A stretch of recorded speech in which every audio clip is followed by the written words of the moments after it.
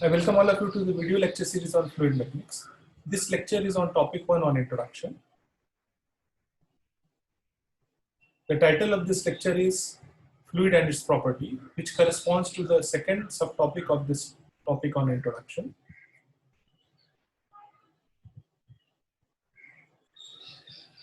Let us first start with what is fluid.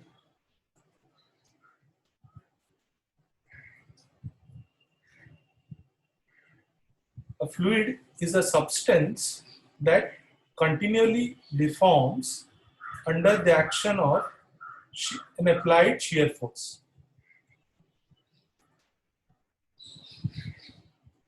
A fluid is composed of molecules which may be widely spaced apart, especially for a gas as compared to a liquid. Yet, for most of the fluid mechanics problem, we disregard the atomic nature of the fluid and view it as continuous. That is, we mean continuous matter with no holes. So we are not considering the molecular nature, and we are using an approximation which is called as continuum approximation, which was presented in the previous lecture with an example of definition of density for a fluid. Although the example was given for a density, but that continuum approximation is not only applicable for density, but it's also applicable to other thermophysical properties as well as flow properties such as velocities, pressures, and temperature. So with this continuum approximation, we are considering the flow properties like velocities, pressures, and temperature as continuous. When we define a fluid point in a flow region, we are defining the points are continuous. There is no gap between the points, and when we define the flow variables, whether it's the flow properties or whether it's the fluid properties, we are considering them as to be continuous. And the reason this approximation is valid for most of the fluid mechanics problem is mostly we deal with fluid mechanics problem or systems whose size is much larger than the spacing between the molecules. I had mentioned in my previous lecture that if you keep increasing the volume of the sample to calculate the density, at smaller volumes there is microscopic uncertainty. When I say smaller volumes, I mean volumes of the size less than 10 to power minus 9 millimeter cube.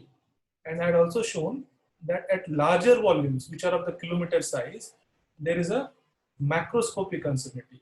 So there is an intermediate range of volumes which corresponds to from 10 to power minus 9 millimeter cube to the kilometer range. We find that the thermophysical property or the flow property, they are independent of the volume size. Like, just to give you an example, whenever we do an experiment, we are measuring a pressure with the help of a pressure transducer.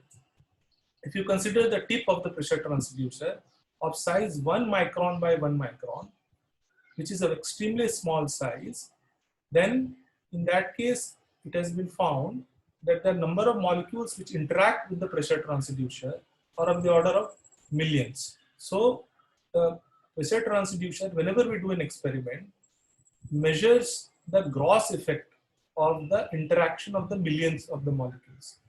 So whether we do an experiment or whether we use theories analytically, we consider the fluid point as continuous in space, which is valid for most of the problems that we encountered. However, if we consider our nanoscale flows or flows which involves kilometer scales, then which are some extreme situations which we don't mostly encounter, then this continuum approximation breaks down. And in those cases, for nanoscales, we have to consider the molecular level, molecular interactions to predict correctly.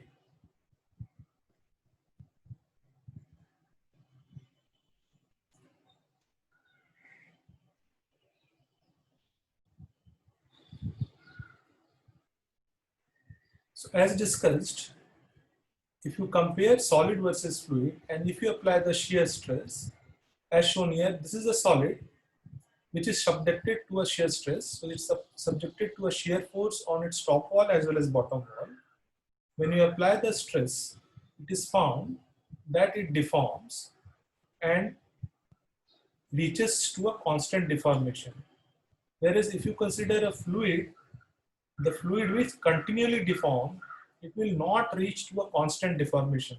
So the angular deformation will not reach to a constant value with respect to time. Whereas in case of solid, with time, it reaches to an angular deformation, which is represented here by delta. So if you plot this instantaneous angular deformation for a solid versus fluid, in case of solid, the angular deformation, the instantaneous angular deformation increases with time and it asymptotes to a constant values. Whereas in a fluid, the angular deformation increase continually till the stress force or external shear force is applied. This is an experiment which is called as Newton parallel plate experiment. There are two plates which are horizontal plates and are arranged parallelly, and there is a fluid in between the two plates. The bottom wall of this plate is stationary. The top wall is moving with a constant velocity, and this motion leads to a linear velocity distribution. So note that the bottom wall is stationary and the fluid which comes into the contact of bottom wall is having a velocity of 0. The top wall of the fluid, the top wall is moving with a constant velocity and the velocity of the fluid at the top wall is capital E. So it has been found that the force which is required to move the top plate, if it is represented by F, that force, the shear force, is directly proportional to the velocity of the plate as well as the cross section of the plate, and it is inversely proportional to the spacing between the two plates. And the constant of proportionality, which is denoted here by K, is equal to mu, which is the dynamic viscosity. Now, if you take the ratio of the force and the area, it becomes a stress, and the ratio of the velocity and the spacing between the channel, the ratio of this velocity and spacing between the channel is basically equal to, since the velocity variation is linear, u divided by h is equal to del u by del y. So F by A, which is shear stress, is directly proportional to the velocity gradient, and that velocity gradient can be shown that it is equal to the strain rates. So note that for a fluid, stress is directly proportional to strain rates, whereas in case of solid, stress is directly proportional to strain.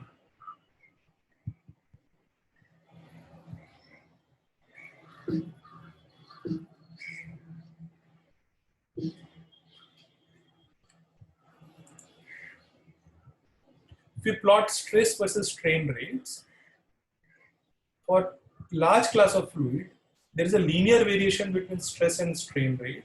So as shown in the previous slide, if there is a linear variation between the strain rate, stress and strain rate, then the constant of proportionality, which is dynamic viscosity. So in this case, the dynamic viscosity is constant, whereas there are fluids like whose variation with stress strain rate relationships are non-linear. This class of fluids are called as non-Newtonian fluids. For this type of fluids, for non-Newtonian fluid, let us say if you are considering a constant stress, for this fluid, which is called as shear thinning fluid, the viscosity of this fluid, this shear thinning fluid, the example of the shear thinning fluid is paint. For such fluids, with the increase in the strain stress, the viscosity decreases. Whereas for shear thickening fluids, the viscosity of the fluid, such as sand in water, the viscosity increases with increasing stress. Another non-Newtonian fluid which is called as Bingham plastic. Example of this is a toothpaste, in which case the deformation start after a certain critical values of the stress. In this course, we will be restricted to the Newtonian fluids where there is a linear variation between the stress and strain rates. There are two class of properties which we will consider in fluid mechanics. First, which is called as fluid property. These are thermophysical property corresponding to density, dynamic viscosity, kinematic viscosity. The difference between these two types of viscosity will be presented in the later slides.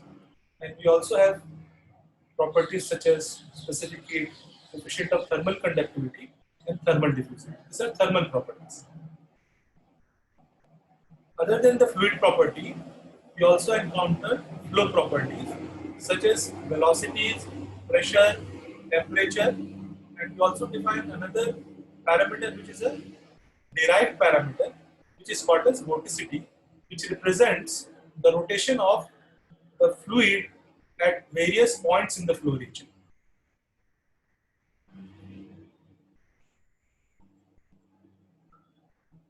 Here in this slide, the dynamic viscosity is presented. The dynamic viscosity represents the stickiness between the different layers of the fluid. If you consider, let us say, water versus oil, you know that oil has much more stickiness. This stickiness represents the molecular effect. The random motion of the molecule in oil versus water are very different, and this difference in the random motion of the molecule leads to the difference in the stickiness between the different fluids. So the random motion of the molecule, although we are not considering in the continuum fluid mechanics here, the random motion of the molecules is reflected by this thermophysical property, and it represents internal friction coefficient because the stickiness causes resistance between the different layers of the fluid. So let us say if a fluid is moving in layer and the top layers are moving with larger velocity, this stickiness causes internal resistance where the bottom layer tries to resist the motion and moves with a smaller velocity. So this dynamic viscosity represents the internal friction coefficient in the flow region. There is another viscosity which is called as dynamic viscosity, denoted by mu. This mu is equal to mu divided by rho, which is a density. So this kinetic viscosity not only considers the internal friction coefficient, but it also considers the density of the fluid. So let us take another parallel plate experiment. Let us take this as, let us say this, you are sitting in a room and this is the top wall of the room and this is the bottom wall of the room. Let us say the top wall is moving like a conveyor belt from left to right, and let us suppose this room is filled with water. Then let us suppose after 5 minutes we find that this velocity at the top wall, the velocity of the fluid will be equal to the velocity of the ceiling, and the bottom layer, as I mentioned, there is this dynamic viscosity, there is a stickiness between the different layers of the fluid. So the bottom layer resists the motion and the velocity of the bottom layers are smaller than the upper layer. So this, as you go down, this velocity, the horizontal velocity keeps on reducing, and at a certain height, the velocity is equal to, let us say, 1% of this velocity at the top. So this depth, which is noted here by delta, is called as penetration depth. If you fill this room with water and oil, you will find that this penetration depth is different, and it has been found experimentally that this penetration depth is directly proportional to the square root of this kinematic viscosity. Note that this kinematic viscosity considers both the dynamic viscosity as well as density of the fluid. So this kinematic viscosity is represent, the physical interpretation of kinematic viscosity is that it represents the momentum transport coefficient. So here you can see there is a streamwise momentum of the fluid of the top wall, which is being transported to the bottom layers. So this, since the penetration depth is directly proportional to the square root of kinematic viscosity, this kinematic viscosity is correlated with momentum penetration depth. So if you consider two fluid, the fluid which is having a larger kinematic viscosity will have the larger penetration depth. So this kinematic viscosity is correlated with momentum transport coefficient. It indicates the depth up to which momentum is transported. If F is the force acting on the top wall, then it can be shown that this force is directly proportional to the square root of mu, the product of dynamic viscosity and density.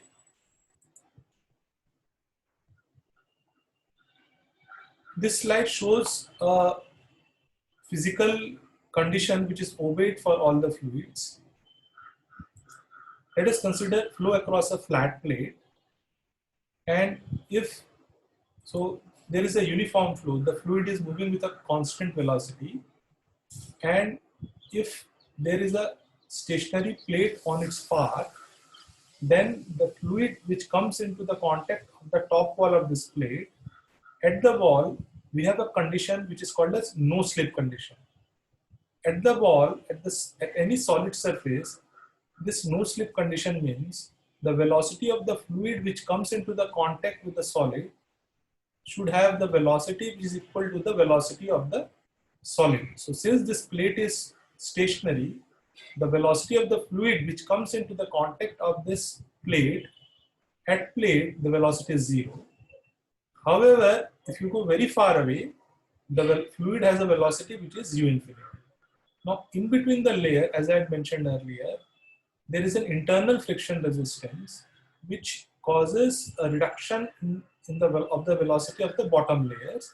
So you see that there is a velocity gradient which is set up near to the solid surface. So that's why in my earlier lecture I had mentioned that most of the action in fluid mechanics, the fluid dynamic action which I had correlated with large velocity gradients, occurs near to the solid surface. When it's near to the solid surface, that the fluid encounters a drastic change in its velocities. It can have an independent velocity, but at the solid surface, it has to obey this no slip condition, which leads to large fluid dynamic actions near to the solid surface, where this solid may be stationary or it may be moving, it may be in a motion. If this flat plate is heated, then there is another condition which comes into, which is called as no temperature. Let us suppose no temperature jump. Let us suppose this plate is maintained at a constant wall temperature Tw. Let's suppose this is 70 degrees centigrade. Then the fluid which comes into the contact of this hot plate will have at the wall a temperature of 70 degrees centigrade. But let us suppose the fluid is moving at ambient condition of 30 degrees centigrade. Then very far away, the temperature is 30 degrees centigrade. So you see that there is a gradual change in the temperature from 70 degrees centigrade at wall to 30 degrees centigrade, which is an ambient temperature. So this temperature gradient, we call it as a thermal boundary layer, and this velocity gradient, we call it as a velocity boundary layer. So note that in this slide, I am showing you that most of the velocity gradient, and if it's a heat transfer problem, then the temperature gradients are restricted near to the surface of the solid, which is along the path of the fluid flow. With this, I have come to the end of this lecture on fluid and its properties. These are the reference book for this topic. Thank you for your attention.